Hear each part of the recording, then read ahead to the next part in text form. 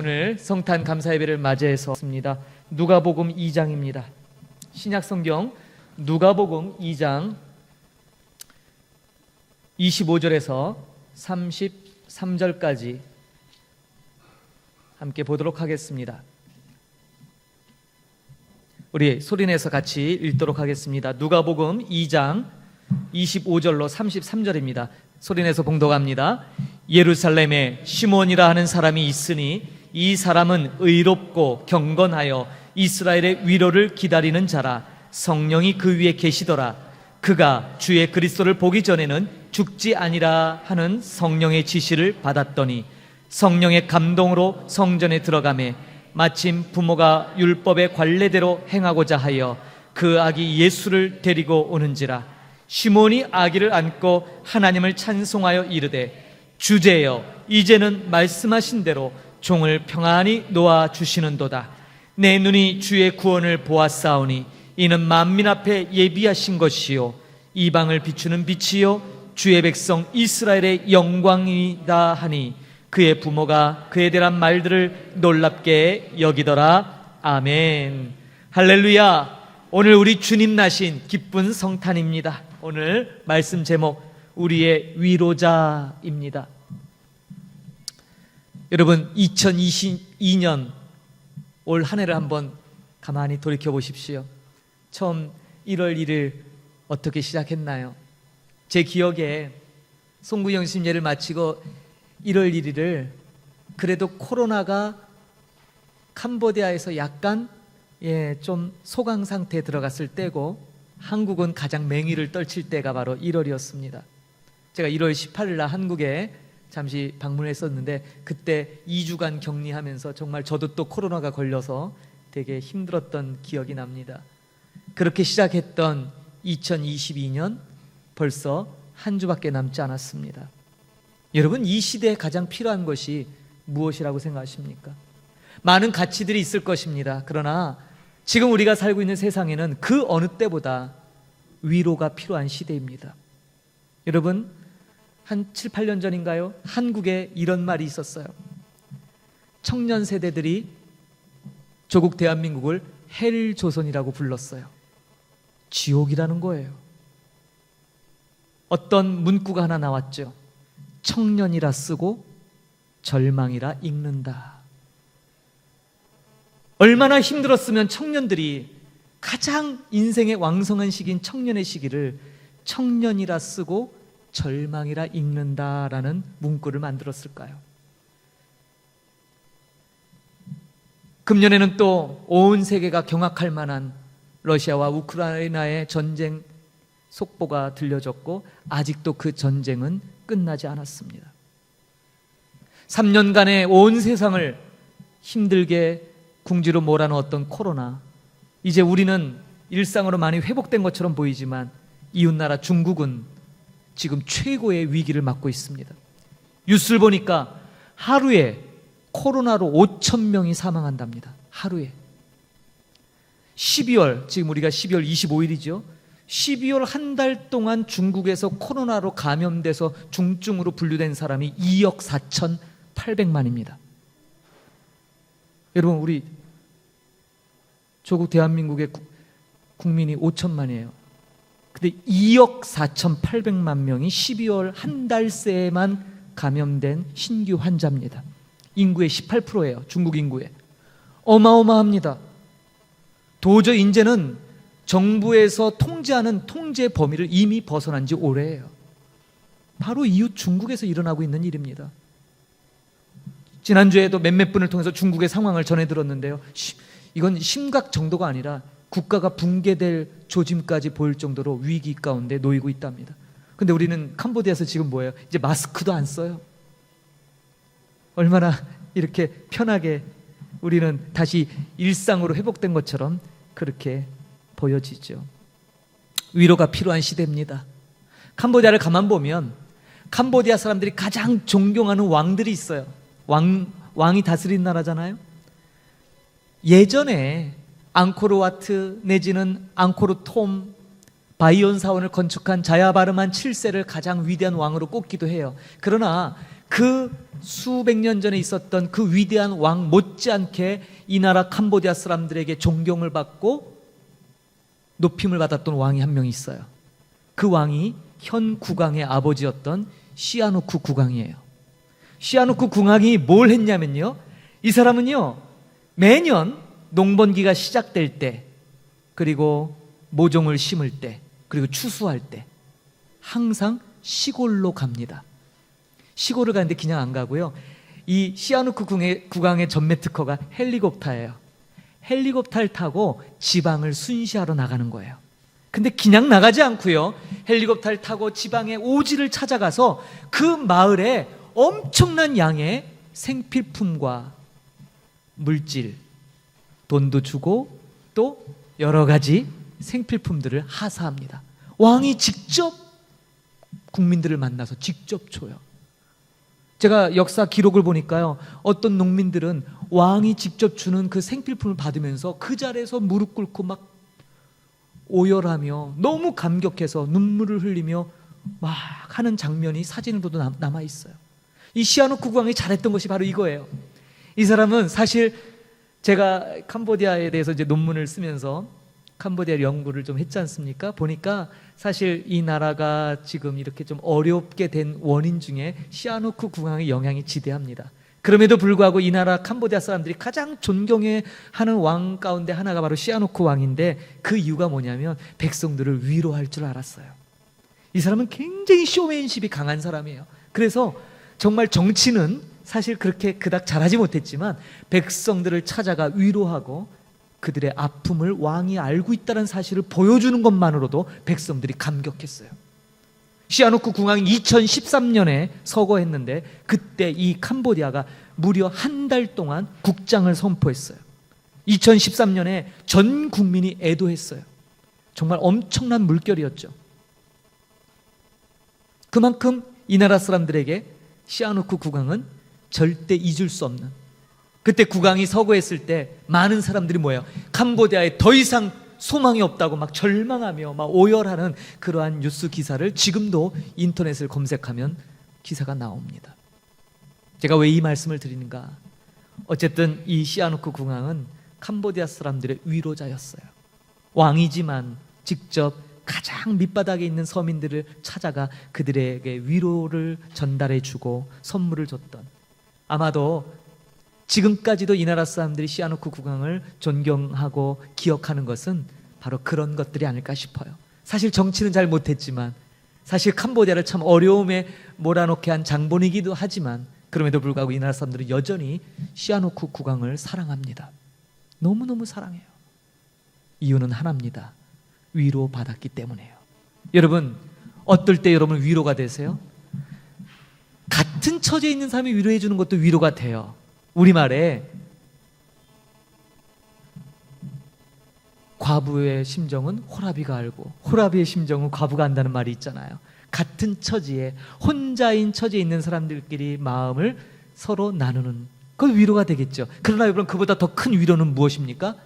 나와는 비교할 수 없는 정말 엄청난 분이 나를 이해해 주고 나를 위로해 줄 때 얼마나 위로가 돼요. 시아누쿠 국왕이 평상시엔 절대 만날 수 없는 그 왕이 먼 시골 오지에 헬리콥터를 타고 와서 선물을 나눠주며 직접 그 백성들의 손을 잡아줄 때 백성들은요 절대 그 왕을 잊을 수가 없는 거예요. 죽을 때까지 그 왕의 손길을 기억하죠.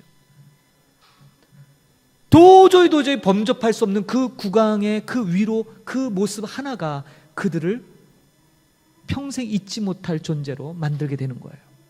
이처럼 위로는 나보다 비교할 수 없는 큰 존재가 나를 위로할 때 정말 우리는 큰 위로함을 받고 기억이 되죠. 오늘 성경에 보면 시므온이라는 사람이 나옵니다. 근데 이 사람이 누구를 기다렸냐면 이스라엘의 위로자를 기다렸다라고 성경은 기록합니다. 많은 메시아에 대한 구절, 많은 예수 그리스도 메시아에 대한 예언의 수식어들이 있는데 특별히 독특하게도 누가는 시므온이 고백하는 메시아를 이스라엘의 위로자라는 그런 용어를 씁니다. 아시다시피 누가는 의사 출신이에요. 그래서 누가복음을 보면 굉장히 세밀하고 분석적으로 그렇게 시몬의 삶을 묘사하는 것을 볼 수 있습니다. 자, 그렇다면 오늘 본문에 나오는 시몬이란 사람의 그 누가가 기록하고 있는 세세한 모습은 뭘까? 세 가지로 등장을 해요. 오늘 본문에 보니까 시몬은요, 의로운 삶을 사는 사람이에요. 의로워요. 두 번째는 경건해요. 세 번째는 기다리는 삶을 살았어요. 첫 번째, 의로운 삶. 여러분, 성경에서 의롭다 하는 것은요, 나의 스스로 어떤 공로로 의로움을 나타내는 것이 아니라 하나님의 기준을 따라 사는 것이 바로 의로움입니다. 그렇다면 우리 성전 시대의 하나님의 기준은 뭘까요? 바로 율법입니다. 율법. 누가 뭐래도 이 시몬은 하나님의 율법을 아주 잘 준수하며 살았어요. 하나님의 기준에 의롭게 사는 거예요. 사람들이 보는 기준이 아니라 하나님의 기준에. 사랑하는 성도 여러분, 여러분의 삶이 하나님 보시기에 의로운 삶, 의로운 삶이 되기를 주님의 이름으로 축복합니다. 오늘날 우리에게 있어서 의로운 삶은 무엇입니까? 믿음을 갖고 사는 거예요. 믿음이 없이는 하나님을 기쁘시게 할 수 없다 했어요. 믿음을 갖고 사는 것이 의로운 삶의 기준이에요. 여러분의 삶이 믿음을 갖고 사는 사람이 되기를 축원합니다. 경건한 삶이었어요. 시몬이 갖고 있는 두 번째 삶의 자세는 경건했어요. 이 경건하다는 말은 경외하다, 하나님 앞에 드려지다, 헌신되어지다라는 뜻이에요. 시몬은 그의 일생을 통해 하나님 앞에 헌신되어졌죠. 여러분, 이 헌신이라는 말을 우리가 좀 새길 필요가 있어요. 헌신은 열심을 동반합니다. 근데 기억하십시오. 열심은 열심인데 초점이, 목표가 분명하지 않은 열심은요, 사람을 힘들게 만들어요. 열심히는 하는데 우왕좌왕 앞뒤도 없이 중구난방, 그런 열심은 많은 사람에게 힘듦을 초래합니다. 열심을 갖되 초점이 맞춰진 사람. 시므온은 율법의 열심을 사람들에게 두지 않았어요. 바로 하나님께 초점을 맞춘 열심, 그것이 하나님 보실 때 그의 삶이 경건한 삶이 되었던 기준이었습니다. 여러분, 종종 경외하다라는 말이 있지 않습니까? 이 경외하다라는 단어는 바로 두려워하는 거예요. 누구를요? 하나님을 두려워하는 거죠. 오래전 책 한 권이 생각나더라고요. 말씀을 준비하는데, 미국의 윌로우 크릭이라는 유명한 교회가 있지 않습니까? 이 윌로우 크릭 교회를 담임하고 있는 목사님이 빌 하이벨스라는 목사님이에요. 우리나라에는 처음 온누리교회 하용조 목사님을 통해서 이분의 사역이 소개됐었죠. 이 빌 하이벨스 목사님이 쓴 책 중에 정말 우리를 돌아보게 하는 귀한 책이 하나 있어요. 책 제목이 이거예요. 아무도 보는 이 없을 때 당신은 누구인가? 저는 말씀을 준비하며 이 책 제목을 떠올리면서 그 생각했어요. 아무도 보는 이 없을 때 당신은 누구인가? 여러분에게도 동일한 질문을 던지고 싶어요. 아무도 보지 않을 때 여러분 누구세요? 여러분, 제가 여기서 설교를 하는데 이게 제 모습 아니에요. 잘 빼입고 정돈되고 세련되게 설교를 하려고 노력을 하지만 이게 저의 모습의 진짜 모습은 아니겠죠. 그렇다고 가짜는 물론 아닙니다. 가짜는 아니지만 이것이 저의 본 모습은 아닐 거예요. 어쩌면 저와 함께 살고 있는 가족들, 아내, 자녀가 저의 진짜 모습을 알겠죠. 가끔, 요새는 좀 안 듣는 것 같은데 예전엔 그런 소리를 들었어요. 아니, 강단에서는 안 그런데 왜 그러세요? 그런 소리를 종종 들어요. 찔리죠. 예, 강단에서 설교할 때는 안 그러면서 왜 그러냐고. 죽는 순간에 가족들과 주변인들로 하여금 듣고 싶은 얘기가 그겁니다. 당신은 진짜 목사였습니다. 그 소리를 좀 듣고 싶어요. 정말 아무도 보지 않을 때도 여전히 목사답게, 하나님 앞에 믿음을 가진 사람답게 그렇게 살 수 있다면 아마 저처럼 여러분도 동일한 마음의 소망이 있으실 거예요. 두려워하는 것은 하나님이 너무너무 크신 존재이기 때문에 그분의 면전 앞에서 그분이 나의 모든 것을 보고 계시기 때문에 그 두려운 마음을 갖고 하나님 앞에 정직하게 사는 거예요. 하나님이 보시는데 거짓되이 행할 수 없지요. 하나님이 지켜보시는데 내 양심을 속일 수 없는 거예요. 하나님이 지켜보시는데 나의 조그만 이익 때문에 남을 해할 수 없는 것이지요. 시므온은 헌신된 열심이 있었지만 여기저기 아무 데서나 열심을 한 것이 아니라 하나님을 향한, 하나님께 초점이 맞춰진 그런 헌신을 드린 것입니다. 세 번째는 시므온이 갖고 있었던 그의 삶을 나타내는 용어는 바로 기다리는 삶이었습니다. 기다림, 바로 메시아를 기다린 거죠. 그가 메시아를 기다렸다는 것은 성경 말씀을 알았다는 얘기예요. 성경에 메시아에 대한 예언이 있었기 때문에, 그래서 그 메시아를 기다리는 삶으로 일생을 보냈어요. 여러분, 언제 올지도 모르는 그 메시아를 기다린다는 것, 어찌 보면 이스라엘은 메시아를 기다리는 공동체예요. 그러나 누구도 시므온처럼 그렇게 의롭고 경건하며 참다운 기다림의 삶을 산 사람은 없어요. 그래서 성경은 바로 그러한 시므온의 삶을 높이 평가하고 있죠. 자, 그런데 이렇게 시므온의 삶을 의로운 삶, 경건한 삶, 기다리는 삶으로 묘사하는데, 이렇게 의롭고 경건하고 기다릴 수 있었던 원동력이 뭐냐? 그를 가리키는 이어지는 수식어들이 나와요.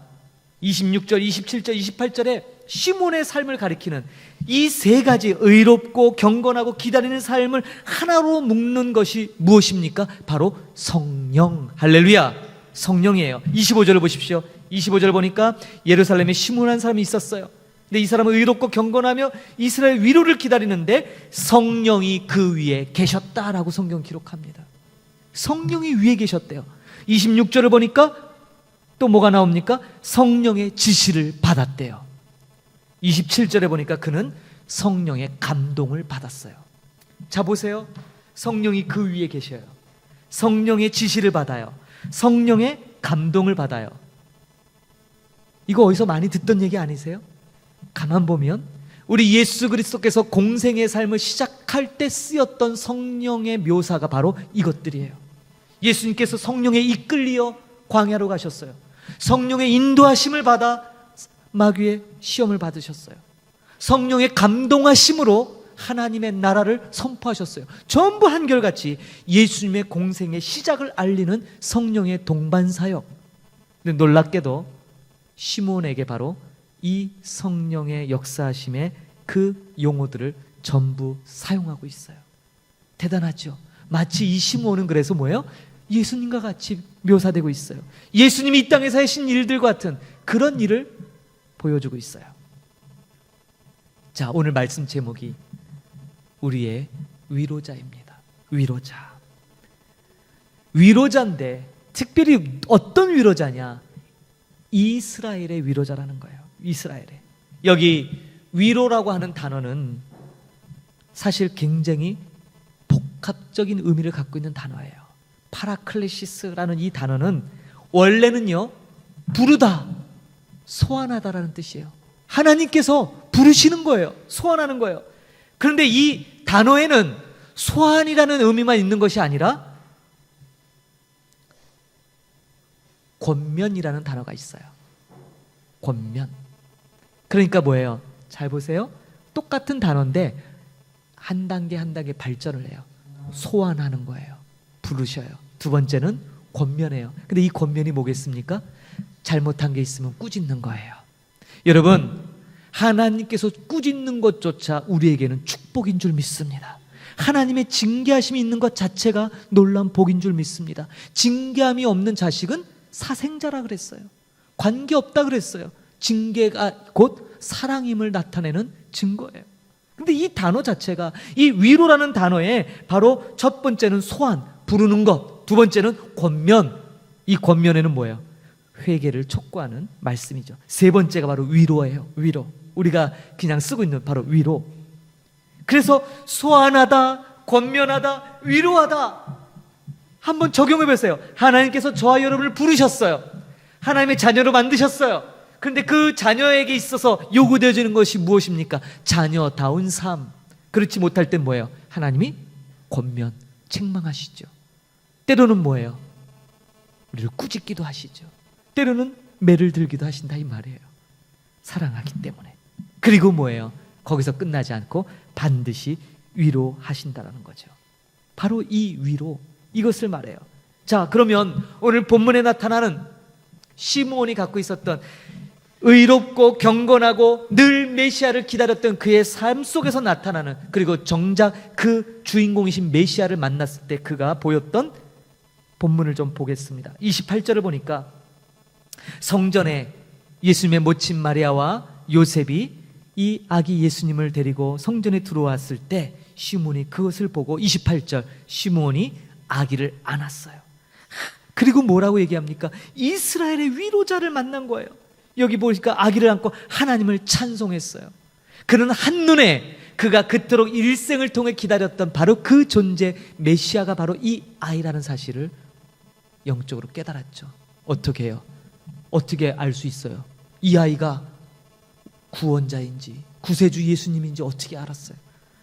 이미 앞에서 그의 삶이 성령과 동행했다라는 것을 기록하잖아요. 성령이 그 위에 계셨고 성령의 지시를 받으며 성령의 감동을 받았기 때문에 그는 보자마자 영적인 눈이 열려 예수님을 알아보았죠. 아기 예수님을 통해 그는 무엇을 봅니까? 이스라엘의 구원을 바라보며 온 세상 가운데 예수님의 구원자 되심을 보고 있는 거예요. 29절을 보겠습니다. 시몬이 이렇게 고백합니다. 주제여, 이제는 말씀하신 대로 종을 평안히 놓아주시는도다. 주제라는 단어가 나와요. 주제여. 독특한 표현이죠. 하나님이여, 여호와 하나님, 왕이시여, 이런 표현인데 주제, 이 말은 말 그대로 주인이란 뜻이에요. 자신의 삶의 주인이 하나님이시라는 거예요. 그런데 독특하게 이 주제라는 단어와 맨 끝에 있는 놓아주시는도다와 같이 대치돼요. 다시 말해서 시므온은 일생을 하나님께 붙들렸던 사람이에요. 그의 종이 되어서 그에게 붙들린, 그런데 이제 놓아주시는도다. 어떻게 보면 이제는 시므온이 더 이상 하나님의 붙들림 손에 해방돼서 자기 마음대로 살아야 되는, 이런 걸 생각할 수 있겠지만 이것은 놀라운 고백이에요. 왜요? 이런 거예요. 이제 죽어도 여한이 없다, 이 뜻이에요. 이제 죽어도, 그는 오랫동안 들리는 전승에 의하면 이 시몬은 나이가 굉장히 많아요. 성전에서 모든 사람들에게 존경을 받았던 그런 사람이었죠. 근데 이제는 뭐예요? 주제예요. 구원자이신 예언의 성취인 예수님을 바라볼 때 그는 뭐예요? 하나님, 이제 나는 죽어도 여한이 없습니다. 일생을 하나님께 붙들린 자. 사랑하는 성도 여러분, 여러분의 삶이 주님의 손에 붙들린 그러한 삶이 되기를 축복드립니다. 여러분, 자기 자신이 자기를 붙드는 사람들이 있어요. 내가 법이야. 아무도 나 도와주지 않아. 그냥 내가 오뚜기처럼 일어나서 살아야지. 자기 자신을 붙드는. 여러분, 나이가 들면 상당히 많은 것들이 내려놔지죠. 이제 여기 연세들 많이 되신 분들 계시잖아요. 나이가 들면 여러 가지가 내려지는데 거꾸로 나이가 들면 들수록 더 커지는 것이 있답니다. 유명한 공자님도 나이가 들면 뭐가 쌓인대요. 뭐가 점점 커진대요. 그거를 한자로 욕치라고 불러요. 욕치. 욕심이 커진다 이 말이에요. 이상하게 나이가 많이 들면 세상도 연륜이 쌓이고 경험이 많아서 해볼 거 안 해볼 거 다 누려봤기 때문에 욕심이 내려질 것 같은데 아니라는 거예요. 고금을 통해 동서고금을 막론하고 많은 철학자나 사상가들이 한결같이 고백한 게 뭐냐면 나이가 들면 들수록 점점점 더 커지고 더 강하게 집착되는 것이 바로 욕심이라는 거예요. 욕심. 자기 자신을 붙든다는 것 자체가 무엇입니까? 욕심에 기인해서 자기를 붙드는 욕심이 점점점 커져요. 그래서 종국에는 뭐예요? 그 욕심이 자기를 삼키는 줄도 모르고 인생이 계속될 줄 알고, 아니요, 아주 짧지 않습니까? 우리의 삶이. 그런데도 계속해서 무언가를 더 추구하고 싶은 이 욕망, 욕심이 끊임없이 우리를 엄습합니다. 그러나 시므온은 주제여 이제 주께서 평안히 나를 놓아주시는도다. 이제 죽어도 여한이 없습니다. 왜요? 구원자이신 예수님을 보았기 때문입니다. 이어지는 그의 고백 가운데 30절에서 32절에 나타나는 것은 바로 그 위로자가 무슨 일을 하기 때문에 위로가 되는가를 설명해요. 첫 번째는 바로 그는 그 존재 자체가 구원자입니다. 주의 구원. 30절을 봅니다. 내 눈이 주의 구원을 보았사오니. 31절 이는 만민 앞에 예비하신 것이다. 이 구원은요 이스라엘만을 위한 구원이 아니라 만민을 위한 예비된 것이래요. 32절 이방을 비추는 빛이래요. 얼마나 놀라운 고백이에요. 유대인들에게 메시아는 유대인들만을 위한 구원자예요. 근데 지금 시므온은 그렇게 고백 안 해요. 뭐라고 얘기합니까? 이방을 비추는 빛이라 얘기합니다. 그리고 네 번째 주의 백성 이스라엘의 영광이다. 시므온은 주의 영광을 받기 때문에 이제 죽어도 여한이 없다라는 고백을 나누고 있습니다. 사랑하는 성도 여러분, 성탄은 무엇입니까? 주의 영광을 보는 거예요. 주님의 영광을 보는 것. 여러분 영광 보셨으니까 이제 죽어도 여한이 없으세요? 큰일이죠? 하고 싶은 게 더 많은데. 시므온의 고백에 의하자면 이제 죽어도 여한이 없을 정도로 주님의 영광이 이렇게 놀라운 것을 고백합니다. 근데 여러분 진짜 중요한 것이 하나 있습니다. 오늘 보니까 이스라엘의 위로자가 바로 예수님임을 고백하잖아요. 그런데 이 위로자란 말이 신약 성경에 놀랍게 사용되는 게 하나 있어요. 자, 우리 요한일서 2장 1절 한번 볼게요. 요한일서 2장 1절. 여러분 보이시죠? 같이 한번 읽도록 하겠습니다. 요한일서 2장 1절 하반절입니다. 시작. 만일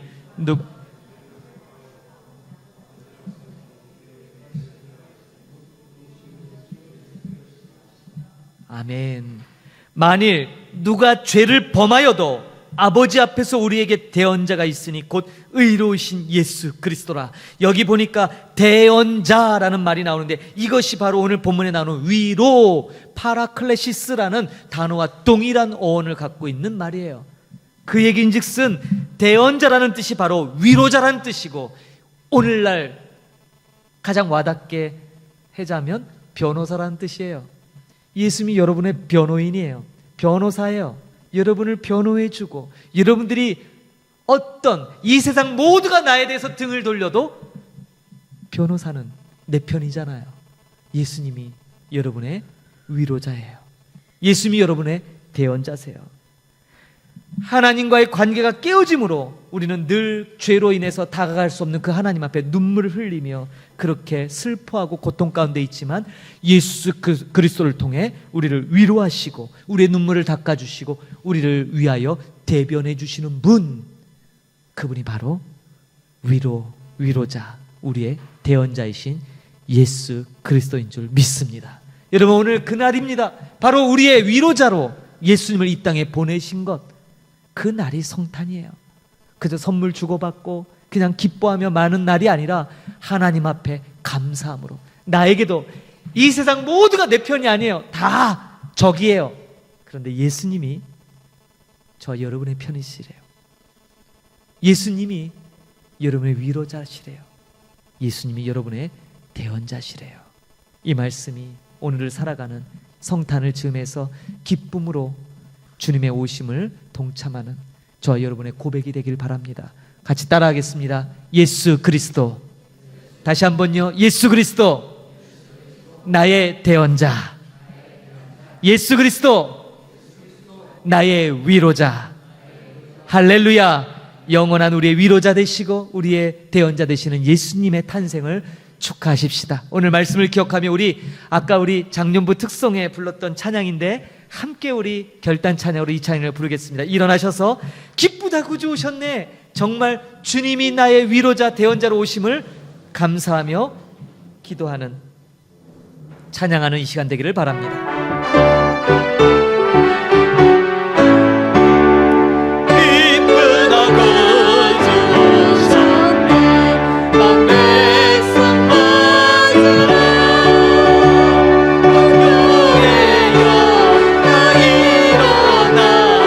찬양하여라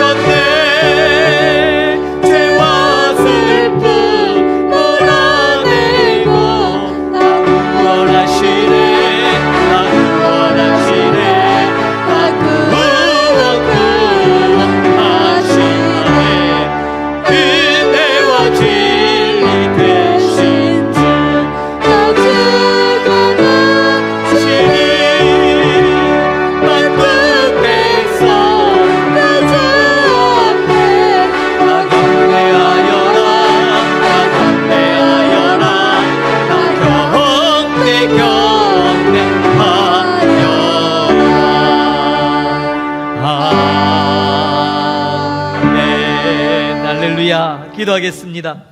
하나님 아버지 은혜를 감사합니다. 복된 성탄을 맞이하여 우리의 위로자로 오신 주님을 오늘 말씀을 통해 다시 일깨워 주심 감사를 드립니다. 시므온은 일생을 의롭고 경건하며 메시아를 기다리는 삶으로 하나님 앞에 드려졌습니다. 그랬던 시므온 앞에 아기 예수님이 등장했을 때 시므온은 그 아기 예수를 통해 하나님의 위로를 보았고 하나님의 놀라운 구원의 그 모든 완성을 내다보았습니다.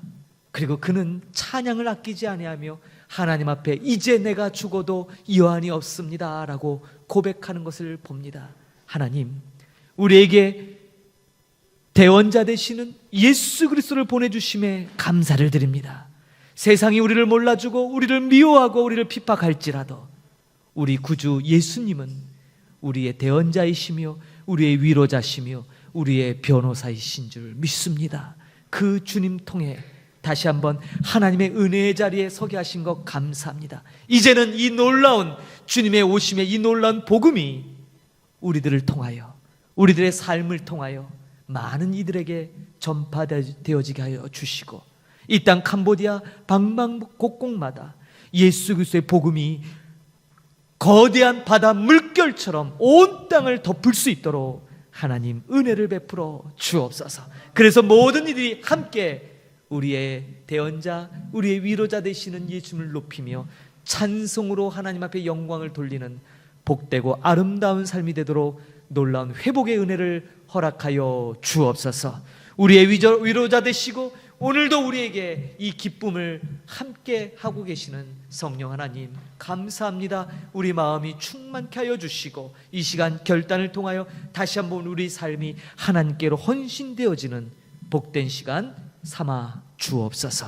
오늘도 귀한 예물로 봉헌하는 손길들 성탄 감사 예물과 11조와 주일헌금 감사헌금 여러 목적 헌금으로 드리는 모든 손길들을 기억하여 주시고 하나님, 저들의 삶에서 수고하고 애쓰며 거두는 모든 물질 그것이 아낌없이 하나님 나라를 위하여 헌신되지며 하나님 앞에 풍족히 드릴 수 있도록 은혜를 더하여 주시고 그 모든 것들이 은혜의 나눔이 되어 많은 이들이 행복하고 많은 이들이 기뻐할 수 있도록 하나님 큰 은혜 베풀어 주옵소서. 지금은 교회 머리 되신 우리 구주 예수 그리스도의 은혜와 하나님 아버지의 크신 사랑 베푸심과 성령 하나님의 내주 교통 충만케 하심이 성탄을 맞이하여 이스라엘의 위로자 우리의 대언자이신 예수 그리스도의 나심을 기뻐하며 그 주님을 위해 헌신하고 그 주님을 위해 일생을 바치며 그 주님 영광 드러내는데 우리의 모든 삶이 드려지기를 소망하는 하나님의 귀한 권속들 머리머리 위에 이제부터 영원히 함께 계실지어다. 아멘.